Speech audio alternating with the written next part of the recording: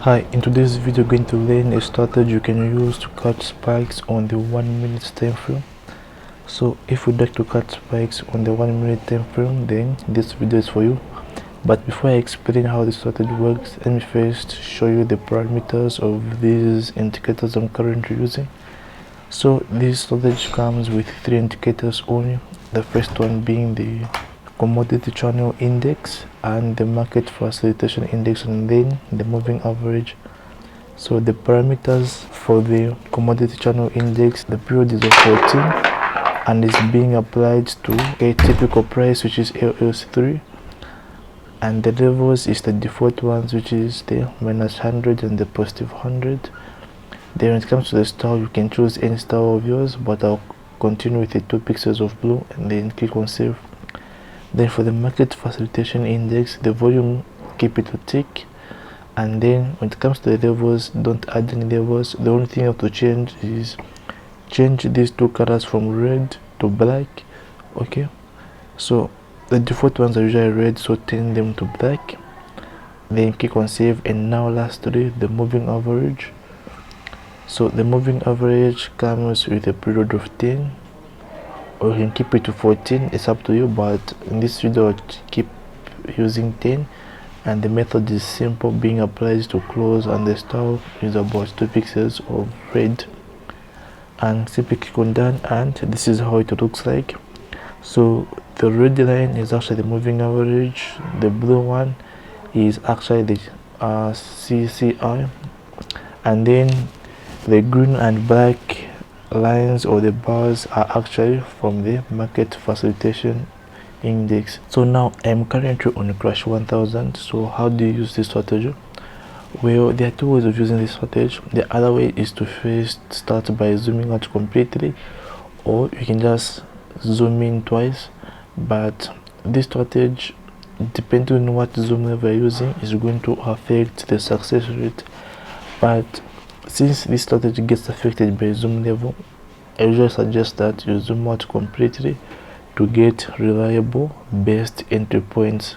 Okay, so now when do you enter a trade with this in strategy? So on crash 1000, to catch spikes with sell, so what you're going to be looking for, you're going to be looking for selling opportunities. And how do you look for selling opportunities? Well, what you have to do is simply wait for the red line, also called the moving average, to cross the blue line above the 100 level. So the 100 level is somewhere here. So as for me, what I'm going to do is simply wait for the red line to cross this line.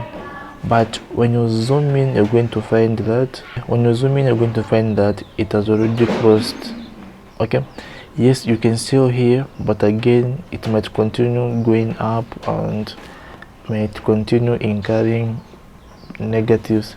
Okay, but when you zoom out completely, okay, there will be no the so what you have to do now is simply do that. So let me try to show you some examples. So for example, here when the red line crossed the blue line, okay, not just one spike, a lot of spikes did happen. So let's look for another example. Okay, so another example is here. Okay, when the red line crossed the blue line, a lot of spikes followed. Okay, let's look for another example. Okay, so even here, when the red line crossed the blue line over the 100 level, a lot of spikes followed. Okay, so how about on boom 1000? So on boom 1000 is actually the other way around. So on boom 1000, we actually buy to catch spikes. So what you're going to be waiting for actually is the red line or the moving average to cross the blue line below the -100 level, which is somewhere at this point. And as you can see, when this happened, spikes followed. Okay, let's look for another example. So another example is here. The moving average crossed the blue line below the -100 level and spikes followed. Okay, so to summarize, okay, zoom out completely to get better entries.